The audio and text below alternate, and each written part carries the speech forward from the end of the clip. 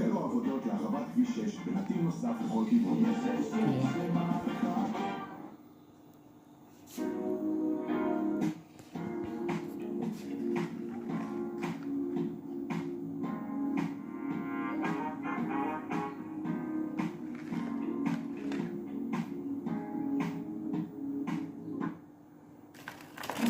זוכרים את ההצעות שהיו לנו פעם? את יכולה לחשוב על המבחנים?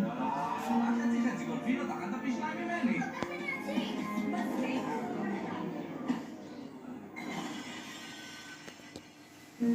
הצעות של פעם עוד יחזרו, ויחלים לימים שקטים יותר. ביבי.